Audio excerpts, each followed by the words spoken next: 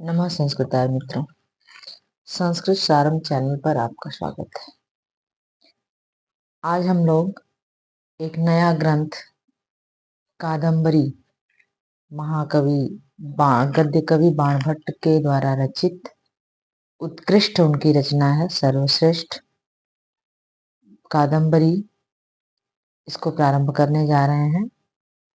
और कादंबरी में चंद्रापीठ, पुंडरीक, वैशंपायन आदि के 3 जन्मों की कथा है।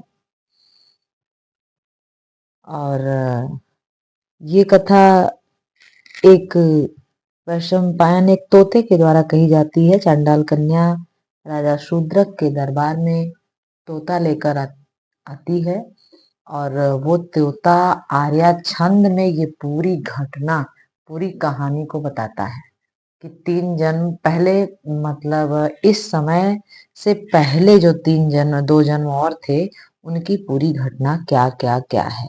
शूद्रक क्या है, चंद्रापीठ कौन थे, वैशंपायन कौन थे, ये सारी घटना वो तोता सुनाता है हमको।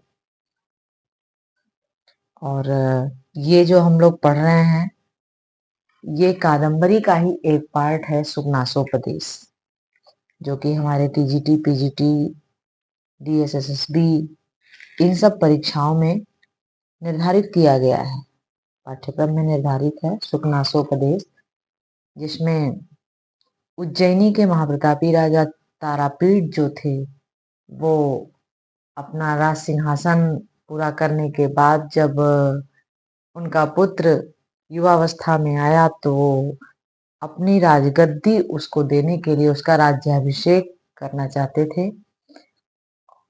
और उनका तारापीठ का मंत्री था शुकनास।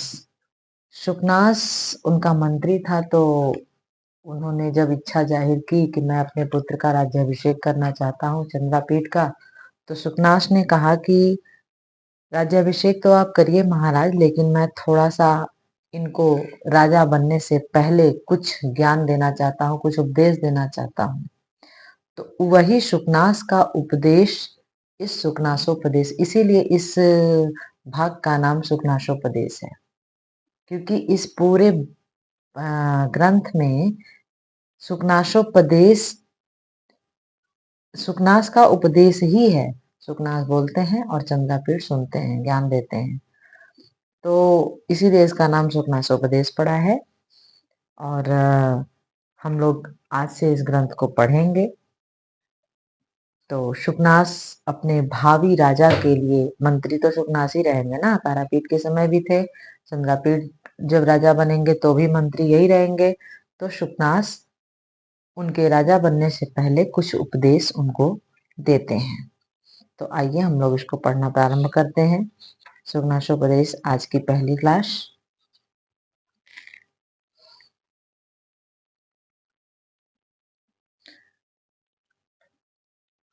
चंद्रापीठ शुरू करते हैं। कादंबरी का सुकनासोपदेश है।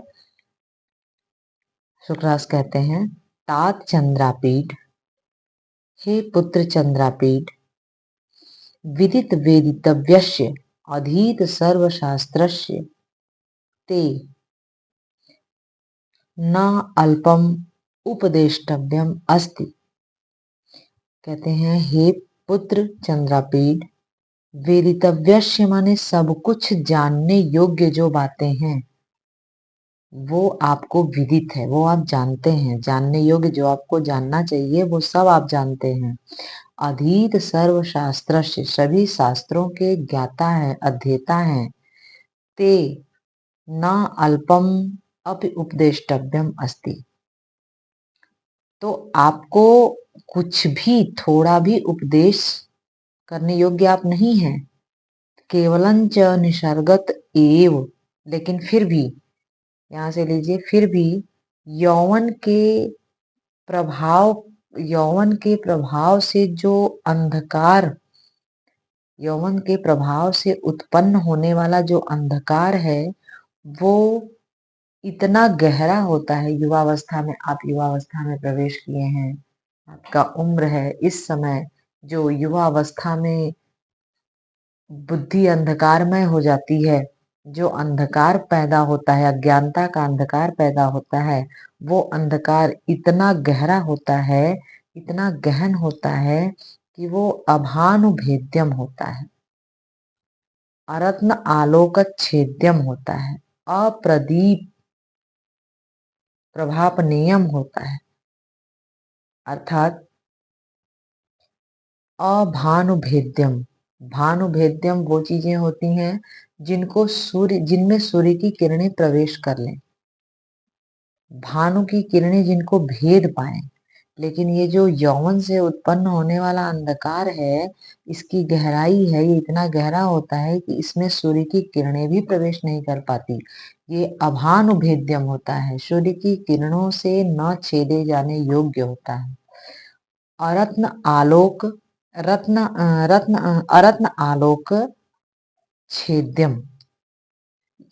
ये रत्न जो होता है, मणियां जो होती हैं, उसमें आलोक माने प्रकाश से, प्रकाश उसमें आर पार जा सकती हैं, मणियों को चमका सकती हैं, मणियों के पार प्रकाश जा सकते हैं। कोई कोई मणियां जो होती हैं वो सूर्य का प्रकाश उसके आर पार चला जाता है। लेकिन ये जो यौवन में उत्पन्न जो अंधकार है, ये रत्नों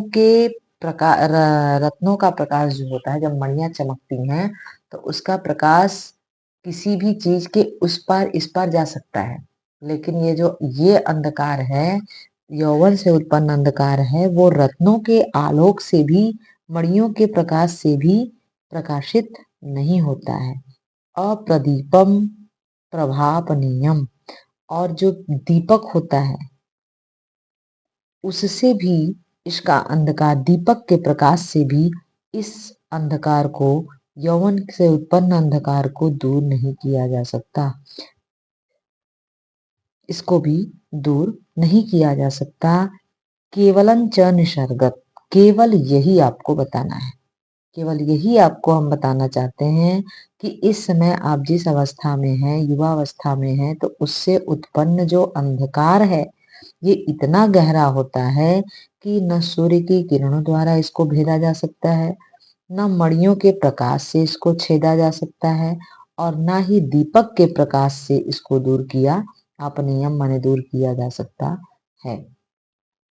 अपरिणामो अपरिणाम उपशमो दारुणो लक्ष्मी मद।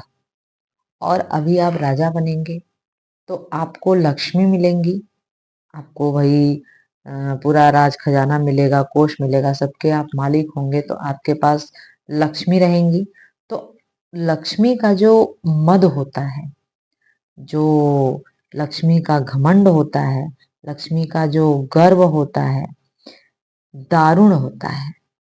और अपरिणाम उपशमो, धन का मद इतना भयानक होता है कि वो अपरिणाम उपशम, अपरिणाम उपशम मतलब एक तो ऐसा घमंड होता है जो अवस्था के साथ, जैसे हम अवस्था हमारी जब क्षीण होती है, जब वृद्धावस्था में हम आते हैं, तो बहुत सारे घमंड हमारे दूर हो जाते हैं। लेकिन लक्ष्मी का जो मद होता है, ये अवस्था के साथ भी समाप्त नहीं होता है, दूर नहीं होता है। ये अवस्था के साथ भी दूर नहीं, अंतिम अवस्था में भी ये शांत नहीं होता है।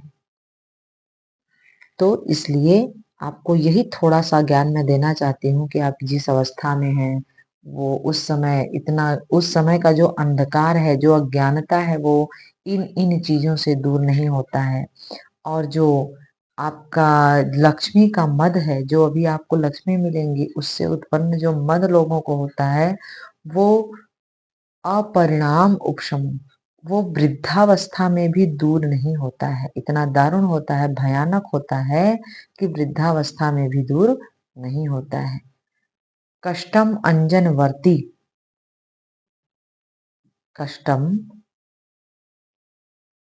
अनंजनवर्ती, अंजनवर्ती नहीं, अनंजनवर्ती असाध्यम परम ऐश्वर्य तिमिरांधत्वम।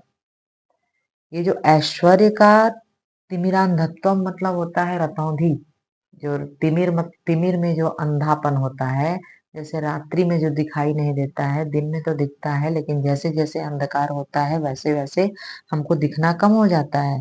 तो ये ऐश्वर्य रूपी जो अंधरपन होता है, अंधत्वम होता है, तिमिरारतौंधी होता है, ये कष्टम अनंजनवर्ती साध्यम परम।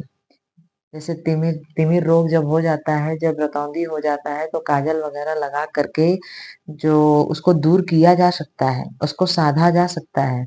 लेकिन ये जो ऐश्वर्य का रतौंधी होता है, ऐश्वर्य का, ऐश्वर्य पाने पर जो हमारे आगे अनहरपन छा जाता है, हमें गर्व हो जाता है, घमंड हो जाता है, कोई दीन दुखिया बेचारा सही गलत हमें दिखाई नहीं देता है, हम अपने ऐश्वर्य में चूर हो जाते हैं, तो ये किसी भी काजल से भी इसको दूर नहीं किया जा सकता, किसी काजल को लगाने से भी ये दूर नहीं होता है, अंजन की शलाका से दूर नहीं होता है।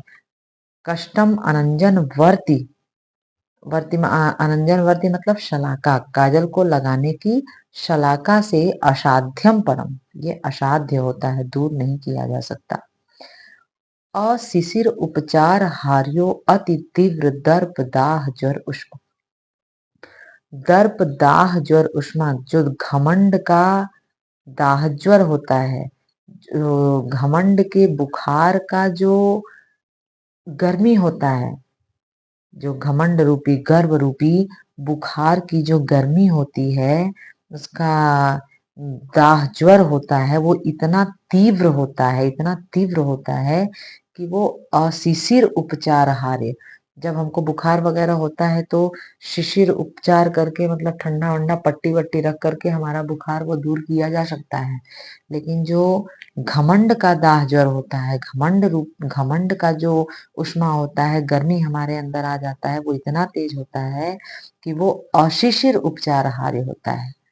मतलब शीतलता से भी उसका उपचार करके उसको दूर नहीं किया जा सकता, वो किसी भी शीतलता से, किसी भी ठंडक देने से वो दूर नहीं होता है, वो बुखार नहीं उतरता है, गर्मी शांत नहीं होती है। सततम मूल मंत्र शम्य विषमो विषय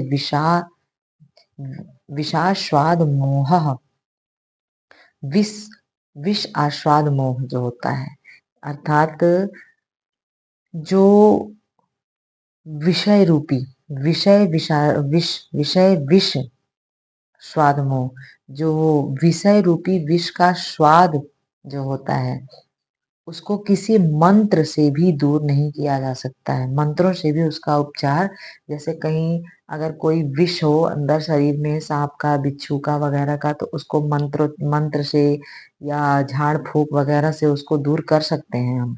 लेकिन जो विषय रूपी विष होता है, उसका स्वाद जब हमें मोह लग जाता है, उसका स्वाद जब हम ले लेते हैं, तो इतना विषम वो होता है, इतना मतलब भयानक होता है कि वो लगातार मंत्रों का उच्चारण करने पर भी शम्य न, शांत नहीं होता है। सततम अमूल मंत्र शम्य, शांत नहीं होता है। नित्यम स्नान शौच बाध्य बलवान राग मलावलेप, राग रूपी राग रूपी मल का अवलेप जो हमारे शरीर पर होता है, राग प्रेम जो मोह, इन सब का प्रेम रूपी अवलेप जो हमारे मन पर हो जाता है, हमारे शरीर पर हो जाता है, वो इतना बलवान हो जाता है कि नित्य माने रोज स्नान शौच आदि करने पर भी वो साफ नहीं होता है, नित्य क्रिया करने पर भी, रोज स्नान करने पर भी, नहाने धोने पर भी, सफाई करने पर भी, वो शरीर में अगर कोई मल लग जाता है, मल का अवलेप हो जाता है, तो वो नहाने धोने से, साबुन लगाने से साफ हो जाता है, रोज रोज नहाइए तो साफ हो जाता है। लेकिन जो राग रूपी मल का अवलेप हमारे शरीर में हो जाता है, अनुराग रूपी लगाव जो प्रेम हो जाता है, इन सब का जब हो जाता है हमारे शरीर में लेपन अवलेप, तो वो इतना बलिष्ठ हो जाता है कि वो रोज स्नान वगैरह करने से भी दूर नहीं होता है। आज हम लोग एक ही पैराग्राफ पढ़ेंगे। आपको अगर वीडियो अच्छी लगी हो तो हमारे चैनल को लाइक और सब्सक्राइब जरूर करें। नमः संस्कृत।